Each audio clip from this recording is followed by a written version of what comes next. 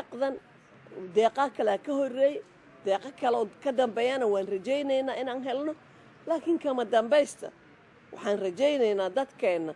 inay ka kaaftoomaan wax markab lagu keenay oo ayaga ay beerahooda beertaan